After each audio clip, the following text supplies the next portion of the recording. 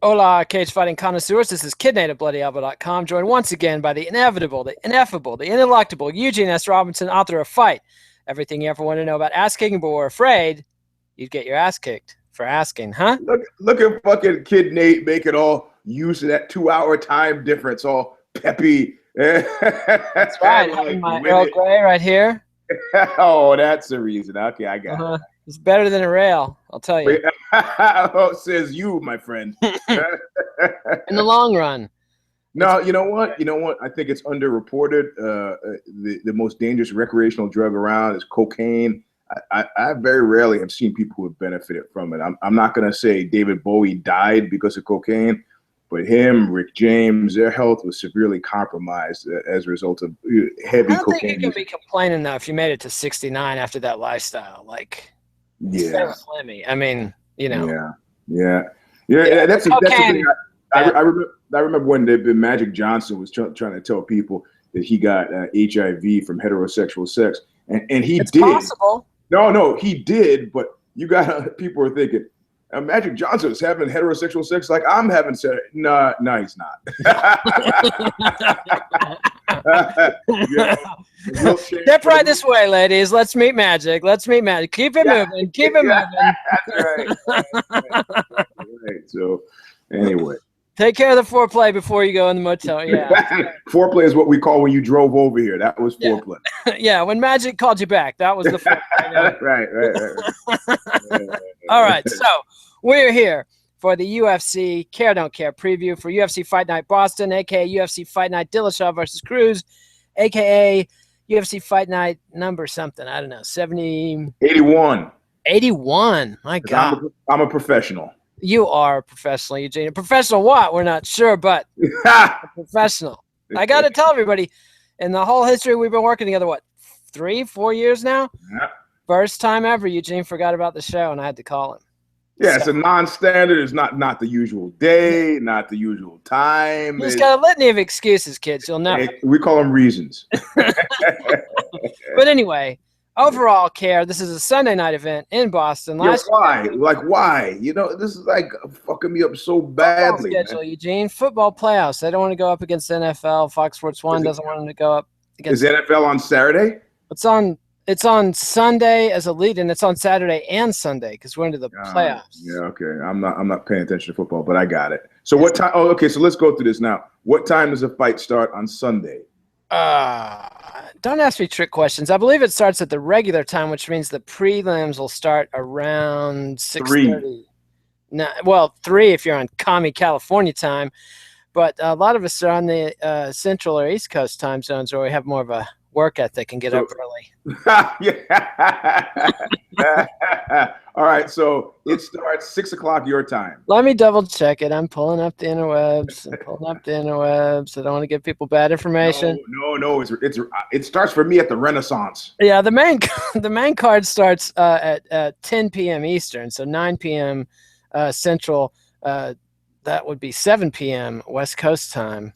And the undercard starts on Fight Pass at 6 p.m. Eastern, 3 p.m. Pacific. So if you want to see Paul Felder, Darren Cruikshank of course, Paul Felder moved from don't care to care. So of course, and now he's sliding back into oblivion, perhaps. But let's start at the bottom. I guess I gotta miss Tango, man. That kind of fucks me up. All right. Well, Tango, it leads to sin, Eugene. It's an immoral dance. No, you're thinking of Lambada. That's the forbidden dance. The forbidden dance of love. All right, so we've got 5, not 3, not 4, but 5 fights on Fight Pass. So they're trying to get guys fights, starting with light heavyweight Francimar Barroso and Elvis Mudapik. Hold on. I got to give the disclaimer. Yes, my bad. I was so busy gloating about your lack of professionalism, I forgot. Well, you can't even call it. It's like if I lie to you and then I tell you that I told you a lie. It's more of a lapse of professionalism. How about that? A rare lapse. A minor. If I had made up some lie about why I was late, you'd have had nothing. You'd be like the rest of my staff. But anyway, go on.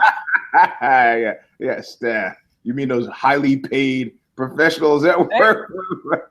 Hey, and I want everybody to know this is Kid Nate's New York look. He shaved, got all cleaned up for going to the corporate office. He brought him some gifts. I said, bring him beer and point a lot and shout so they know that you are a serious individual. I didn't follow any of that advice, and they had plenty of beer, so it all worked out. I drank the beer in the car before I got there. I just gotta not be shaky and sweaty. That's all.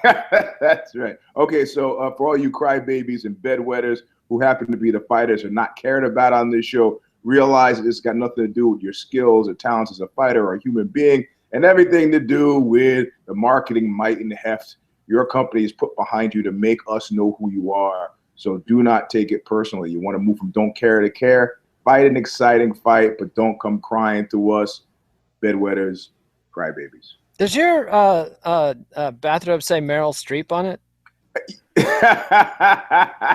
Yes. No, this is the big secret of Eugene Robinson. I am sleeping with Meryl Streep.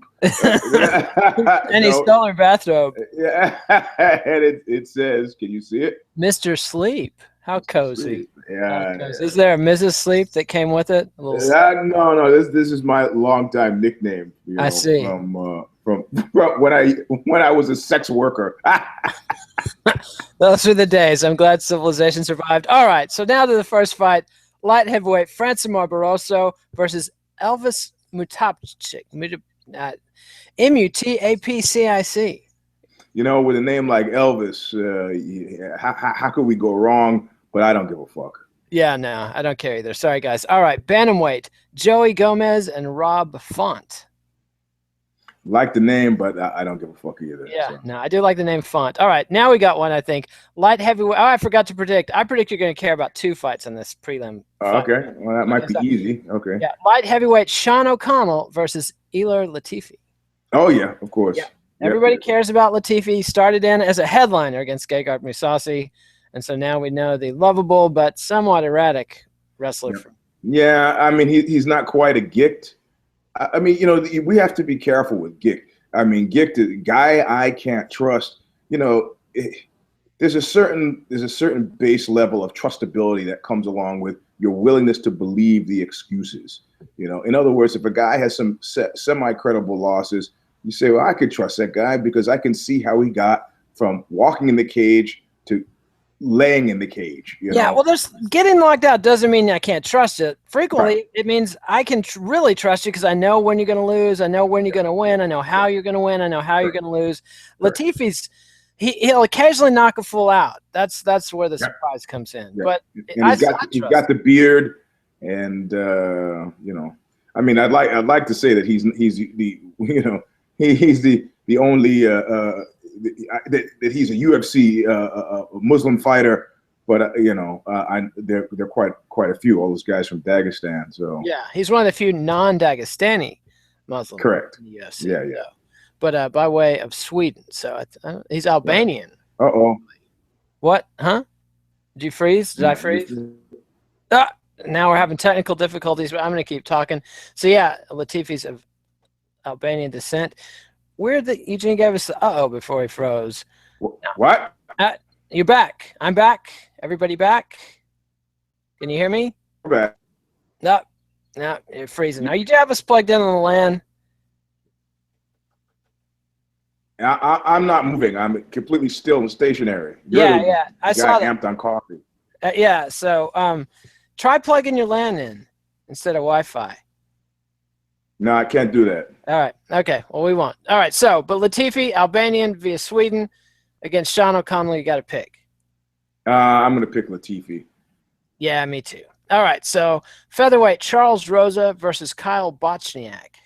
And I want it known too that I'm not picking Latifi just because he's the only guy that we know. I'm picking Latifi because I've been a big Latifi fan. I like the power, knockout power. I like his approach, and I mean he's weaker on the ground than I would like, but it doesn't matter when the other guy's jaw is spinning around his face. That's right. But you remember O'Connell? You might remember annihilated Anthony the Hippo Peroche in his last fight. So yeah, and what does that mean? Yeah, it means he can throw some punches. That's right. So it ought to be a slobber knocker. That's my hope for that one. All right, so the dream that we all dream. Yeah. All right, so next up. Featherweight, Charles Rosa, Kyle Bochniak. I don't care. I don't either. I knew you wouldn't. All right, so lightweight, you'll care about this one.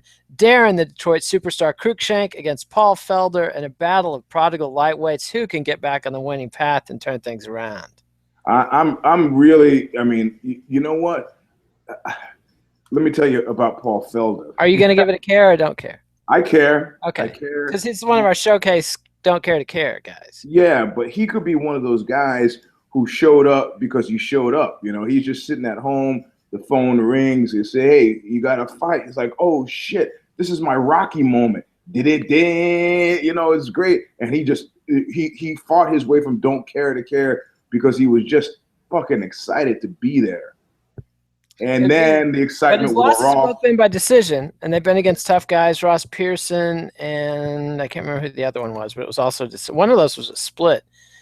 And Ross Pearson is pretty high up the food chain. Ross Pearson's a skillful guy, and James Krause. Wait, that's who beat Cruikshank. Sorry, yeah, Cruikshank's losses have been more definitive than Felder's. Right. Well, and also, you know, the thing is, yeah, Edson Barboza was the other guy that Felder. Yeah, these guys are, even though Barboza is a geek straight up. I mean, you know, how does a loss play on a guy? Very specifically on a guy's head. You know, next thing you know, you're tweeting out pictures from your backyard wood pile as you stand there in your Reebok gear talking about your comeback. There's no comeback. There's no comeback. So I don't know how a loss will play on Felder's head, but I'm going to have to pick him. Yeah, I got to pick him because Cruikshank got pretty much snuffed in his losses, whereas Felder, and I think Cruikshank is a little more road weary, if not older. Yeah. And what's wrong with road weary and older? it tends to indicate you might be losing more fights in the future. It tends to indicate you might be sitting around at 7:30 in the morning in your bathrobe. And there's nothing wrong with that. All right. So now we're to the 4-fight Fox Sports 1 card. Again, this is all Sunday night action. Most of it's on Fox. 8 fights on Fox Sports 1. So we got featherweight. Okay, all right. So if you've been watching on Fight Pass, now you got to scramble and find Fox Sports 1. Yes. Oh, that's nice. Huh? Yes. If you gotta either unplug your computer from the TV, switch over to your cable station, whatever. So featherweight Maximo Blanco versus Luke Sanders. Care. And is there a more gicked? Is he a gickta, Blanco? I'm gonna say yes. Why not? I think you can trust him to have some kind of fucked up, mixed up confusion going on though.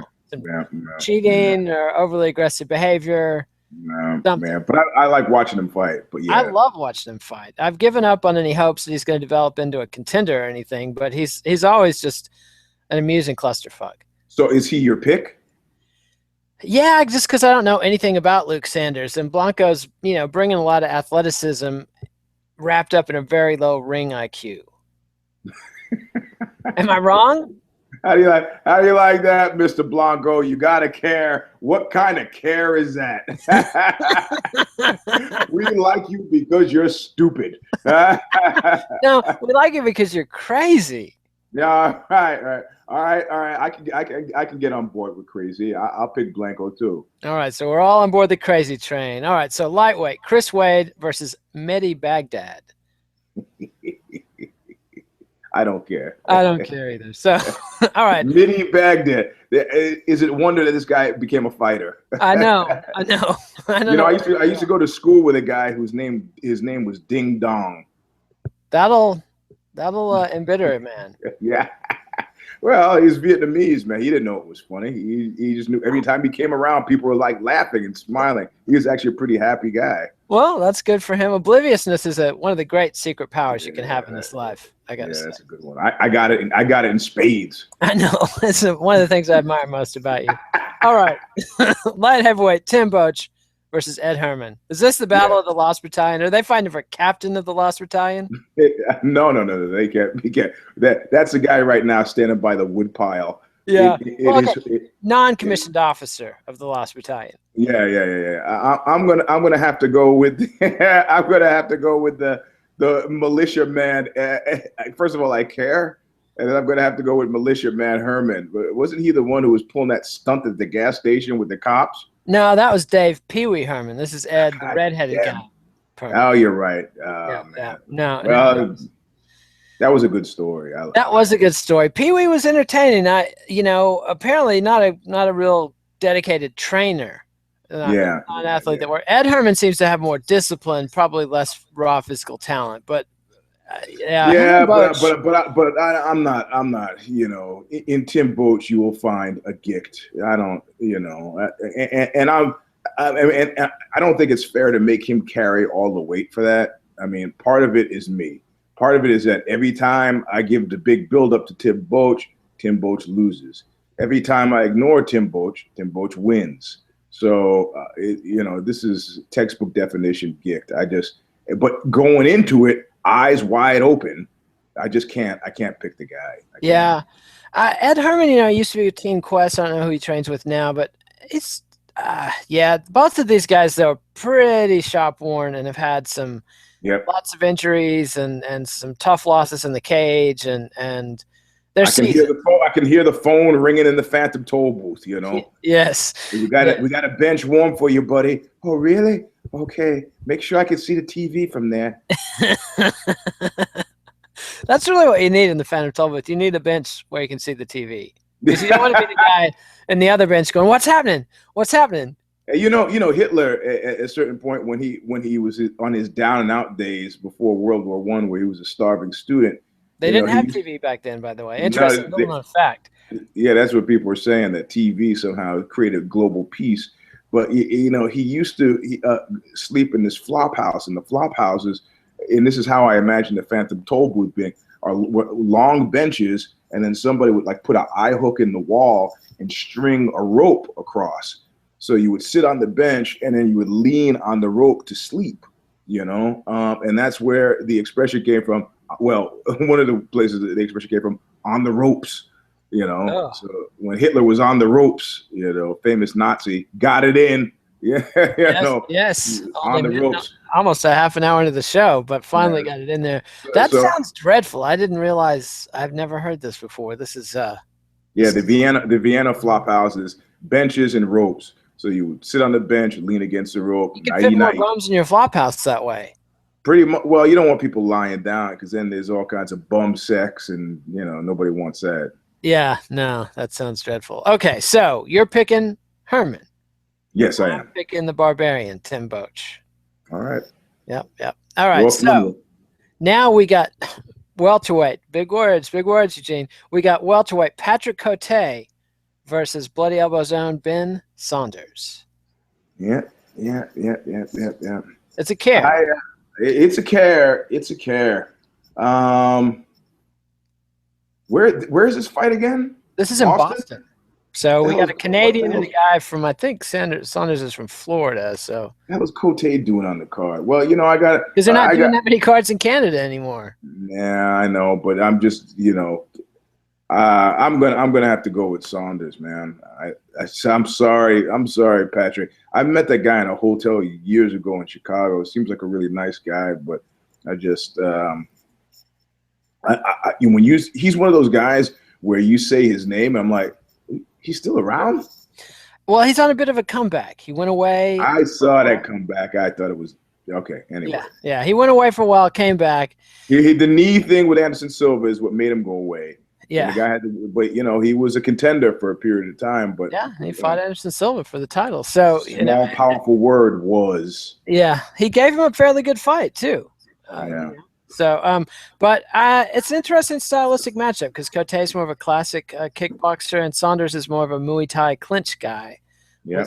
Jiu-jitsu. So, if Saunders can impose his will at his fight, I like the Killer Beast's chances. All right, so now we move up to the 4-fight main card. Speaking of Ross Pearson, here he is against Francisco Trinaldo. Yeah. I like Pearson for this one. So you care? I care, and I like Pearson for it. Yeah, Pearson's kind of getting giggity to me, but but he's had a raw deal. He got a raw deal. You and your bleeding heart, Eugene. You and your bleeding heart. Your kind always does, sweetheart. and that's really the issue. The issue is Ross Pearson the kind of guy who's one of those guys. You know, I mean, this is yeah, man. I had the job interview set up, but there was an accident. Then I got a flat tire. And then I got a ticket after I got out. Man. Yeah, one of my dearest friends, I'm not going to name, is a complete degenerate. Got his dream job. Got a dream job at a head shop. Like, not easy to get in the Texas Panhandle. Got his dream job at the head shop, and then came back hangdog well before his shift should have been over. And we were like, what happened? And he's like, well, he wouldn't tell anybody, but then later he privately told me that he saw the youngest, prettiest hooker he'd ever seen just 5 minutes before he got to the door, and he couldn't resist. So, you know. So how late was he? Well, he didn't even go in because he was late enough to, you know. Yeah. Wow. Fear of success. That'll tear down many of them. I know a guy kept showing up late to work, and boss said, what happened? I mean, late, like 1 o'clock in the afternoon. Boss said, well, my room, I didn't have my key. My roommate there, it locked me out. And finally the boss said, he's a software guy, coder. And he said, listen, I don't give a fuck what happens. Next day, you show up to work no matter what.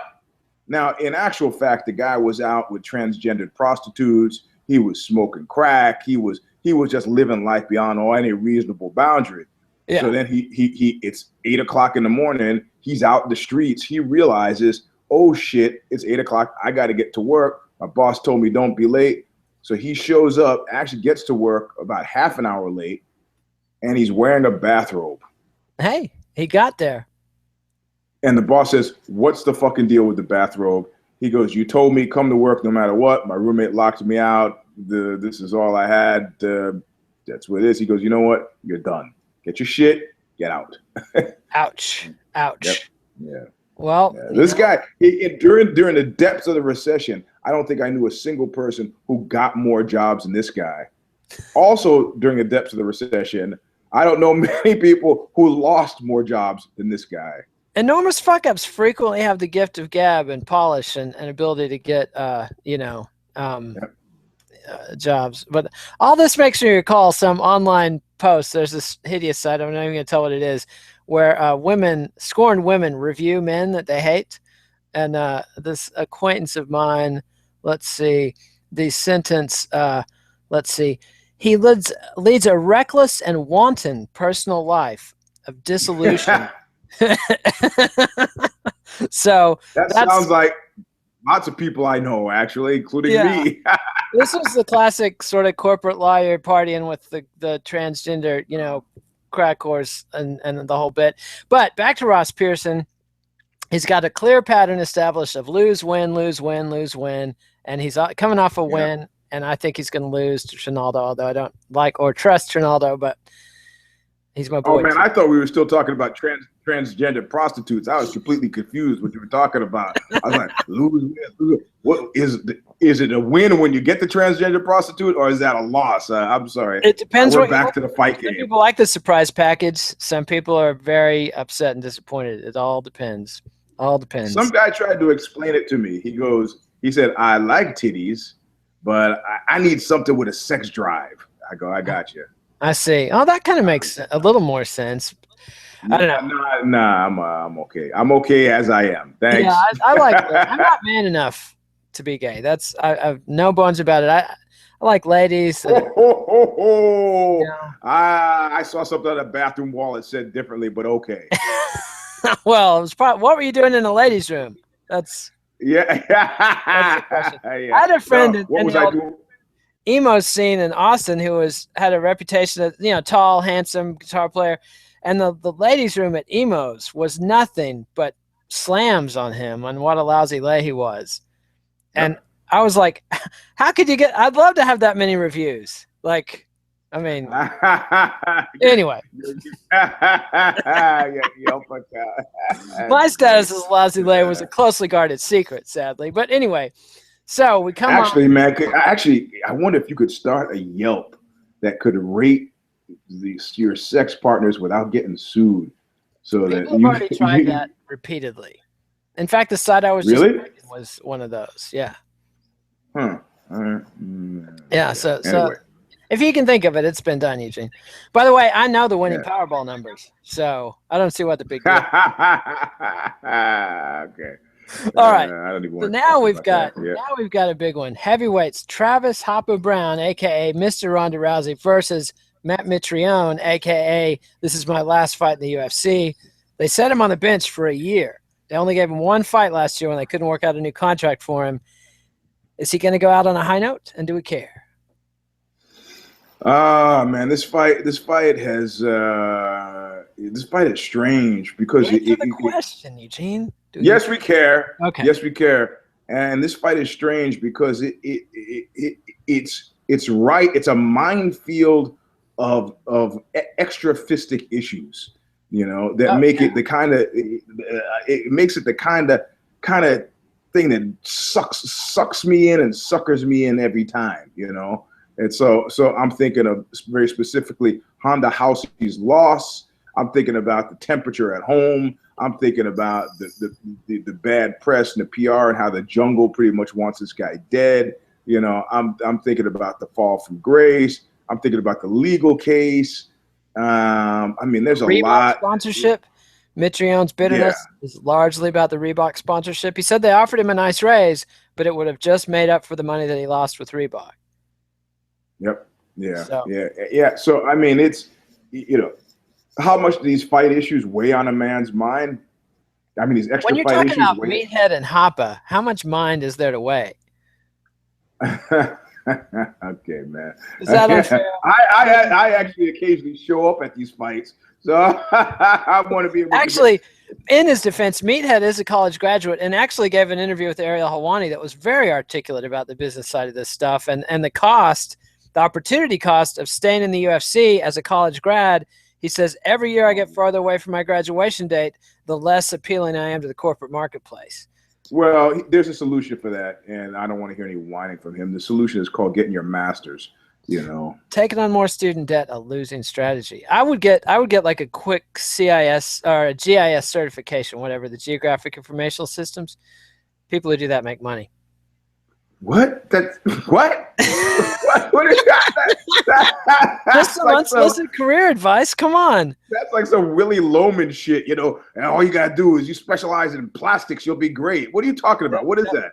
What is that? It's geographic data stuff. It's like what people who search for oil or archaeologists use it. People who look for water, hydrologists use it. Like, how many people do you know who have that job? I know 4 different people that have trained in that shit and are working nonstop. Well, you're in Texas. Well, one of them's working in Egypt as an archaeologist. Okay. All right. Yeah. Geographic Information Systems. That's a place I want to work. Egypt. Yeah. Can you pull my chair up under the desk so I could huddle there with my 45 automatic? And she's a woman. Like, this is like one of the most notoriously sexist places on earth. And people don't understand what you mean when you say that. I remember being in Jordan and watching cats on the street flip out because completely unattractive British tourists had on T-shirts. Yes. Although Syria and Lebanon are not like that, or at least historically not like that. I was reading a big article in the... Lebanon had been pretty cosmopolitan for a while. Yeah, and Syria too, because you got all these different religions. Supposedly, a Syrian friend of mine told me that back in the day, before the country was annihilated, that if a woman carried a spare shoe around, and if some guy played grab ass on the bus, she could just smack him with the shoe, and every dude on the bus would like regulate on him. So that it wasn't like Italy or some of these places that are real pinchy. But Egypt is the worst for that, as everybody knows, after they raped the CNN host on live TV. All right, so back to Brown and Mitrione. Who's going to win the fight? I'm gonna have to go with Brown. You know why? Why? Because I think Mitrione just doesn't give a fuck. I think Mitrione would like to go out on a win and give him a big fuck you. I'm headed to Bellator with a much bigger paycheck. And beating their golden boy, Ronda's boyfriend.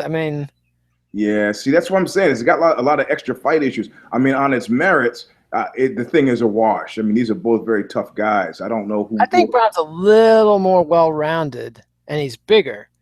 Yeah. But Mitrione might be more athletic. Mitrione's a fucking great athlete, though, man. He is. He can't wrestle for shit, though. Yeah, he But can't. Brown's not exactly known as a great wrestler himself.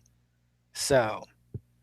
Yeah, I'm gonna go with Brown, man. I'm gonna go with Meathead, but just that's more of an emotional pick. Ever since Brendan Schaub wrestled him, I can't trust Meathead anymore. But okay, so now this is a fun one. This is a big fight right here. This is a great card. Lightweight Anthony Showtime Pettis, former champion, against Eddie Alvarez, former Bellator champion. Do you care? Oh, big care. This is big doings because one of these guys is right back in the title hunt, and the loser is heading for the Lost Battalion. No. This is the fight doesn't have a Lost Battalion. I mean, well, headed towards the Lost Battalion. Yeah. He's on. He's seeing his car slow. Hey, buddy, pull over. I don't know, man. This is another one up there where it's super hard. It's super hard for me to make a sensible, credible pick without feeling like I'm tossing a coin. Well, these are very, very skilled guys. They both have a win over Gilbert Melendez. Pettis was much more impressive. Yeah, and that's exactly why because Gil is a tough guy who beats my ass, so I'm gonna have to go with Pettis. And he's about half your size too, right? Yeah, about. I mean, in all fairness, he hasn't beaten my ass in the last 3 years, but that's only because I haven't crawled back.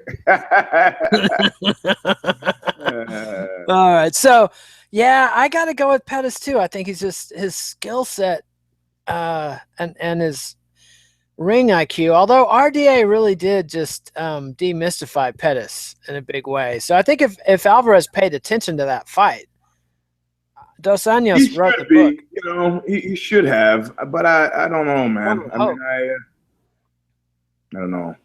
Yeah, his miscalculations have been noteworthy. Yeah, he's somebody who has always made fights tougher than they needed to be.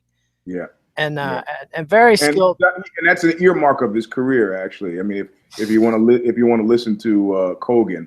Yeah. Kogan, who I saw recently. How is Kogan these days? I wanted to see him after the Hoist news, but he's avoided me. Which Hoist news? The tax? The tax thing. Yeah. Because naturally, you want to talk to the guy who had been the guy's agent, but he's made himself scarce. I did see him 2 weeks ago. And he wasn't the guy's accountant. Correct. That guy's on a plane to Belize. That number stopped working.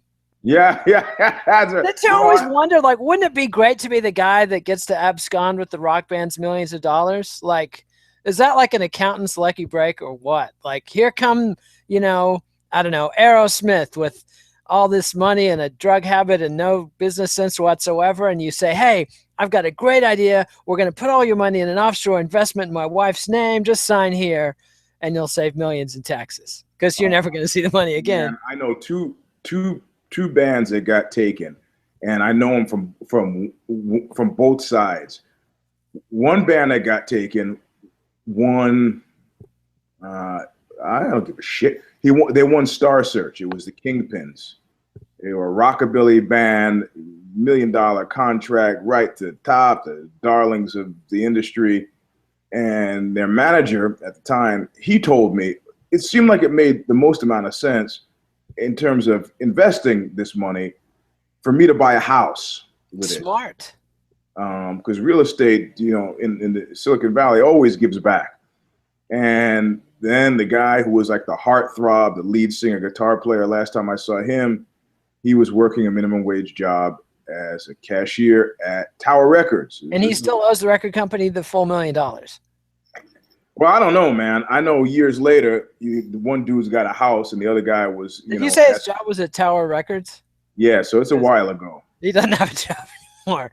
But, other people who came through Star Search were like Dave Chappelle. It actually was a reliable springboard.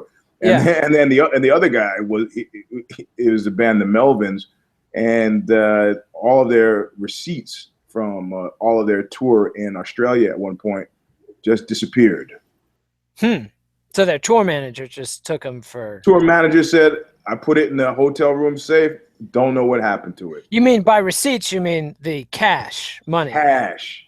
All of the cash from all of the shows in Australia. He said he put it in the hotel safe and it disappeared, which puts you in a position where you have to say, I'm going to search through everything that you own.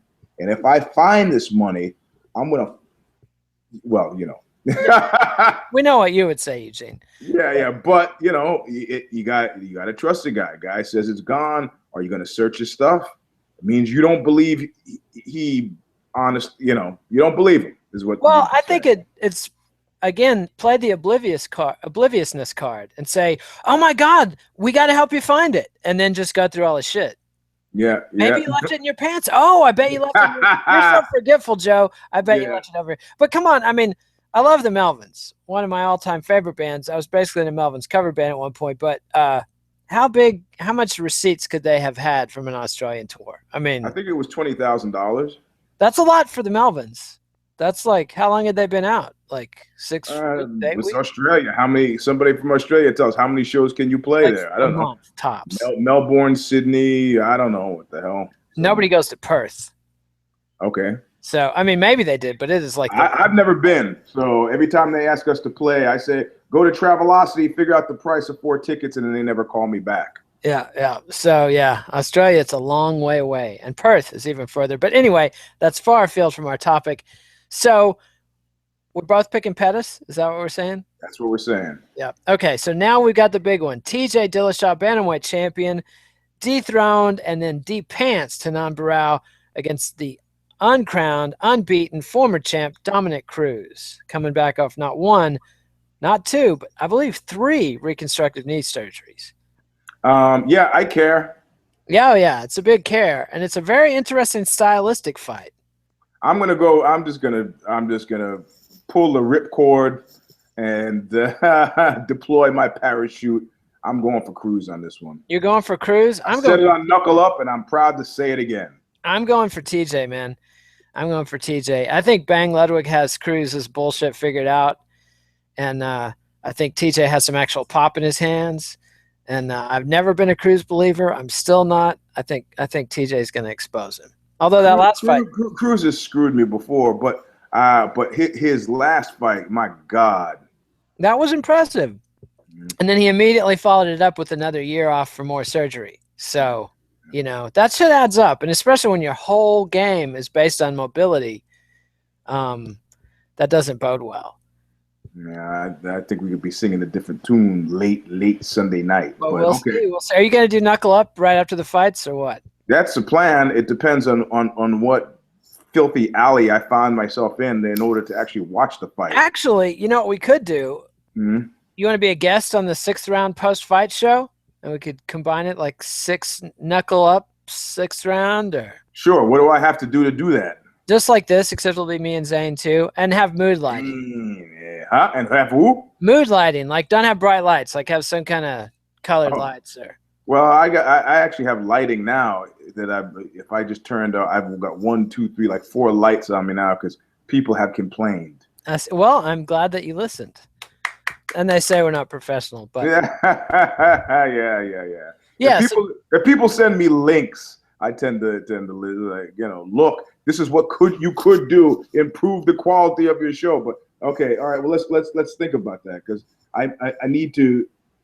I mean, I want to try to not do it in a slapdash way in terms of, okay, now I'm at home on Fight Pass. Now I gotta rush out to get Fox Sports 1. Now I'm trying to keep it all. Well, just think about it.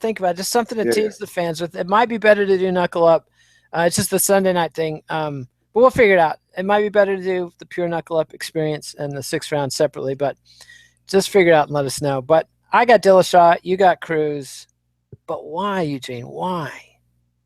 I think he's crawled into his head. I gotta admit that I think Cruz is savvier and is talking better shit. Miles better shit. And he does it the best way possible because he seems like he believes it. You know, I mean, and this is the key to Cruz. And Cruz did it in a way. You know, I mean, if you are half-ass listening, you might say that a Conor McGee, that he's just like, you know, the Irish tradition of taking the piss.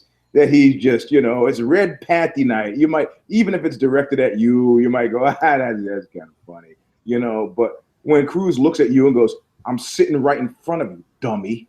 You know, that's like mean guy shit, you know. Yeah. That was some whip hand, as they say. That was yeah, that shit is like, no, a guy's not. He's talking that way because he's gonna. No. Yeah, it could be. And TJ is a fairly green champion. I mean, he's basically got the Barao win and the Barao rematch, and that's it. And Cruz, very experienced guy, very experienced in front of a microphone as well. Yeah, but I don't know. But it's not. I don't think experience was necessarily what I was seeing in front of the microphone. I think it was real contempt. I think it was, you know. Yeah, he's got tools and confidence and smarts. Yeah. But I don't know. To me, it's like I trust Bang Ludwig's fight strategy more than I trust Alliance's fight strategies. And I've never liked. You're going with teams. I'm going with teams, and I've never liked the way Cruz fights. Now, the way he destroyed Mizugaki, if that's his style, hey, I love it. But if he's going to be dancing around and point fighting and all that crap, you know, I don't think he is. I don't think he is. I don't think he can, because I think TJ's onto that bullshit. I think TJ will dissect that, come in combinations, you know. But we'll see. We'll find out Sunday night. And also, you know what? You've mentioned thus far 3 times you've mentioned Dwayne Bang Ludwig, and you know, I mean, that's not the dude's Achilles heel, right? I mean, what's the Achilles heel for any guy who's got a wrestling base? He never takes jiu-jitsu seriously, right? Oops. Oh, I'm fucking pretzeled up. How'd that happen? I was actually leaving work yesterday having a great smiley moment of joy thinking about the friends of mine who are fighters who have a wrestling base and who have ignored their jiu-jitsu. And I was laughing to myself. I was like, finally the scales are where the scales need to be. Because some of these guys used to beat me up, you know, had like, I did a basic double leg. It hit me with a smother or something like that. And I go, we all know now that things have changed. I see. But haven't the last few times you've grappled with wrestlers turned into ugly standing robe yanking pushing contests? Then I've won. Some of them you won. Some of them you lost a decision. The decision that I lose. The time before. How many second places? You're right. The guy hit me with a low ankle pick and just held on for dear life. Yeah, that one. Yeah. That was like 3 years ago. That was 2 years ago, I'm pretty sure. No. I in fact, it's strange you should mention that. I just looked at the picture. It was 3 years ago because I was a blue belt then. I see. Well, you know, live and learn. Maybe you're right. Maybe you are improving. And maybe Cruz's jiu-jitsu will be the difference. I don't know. I see this fight being settled on the feet. It doesn't sound convincing when you say it. But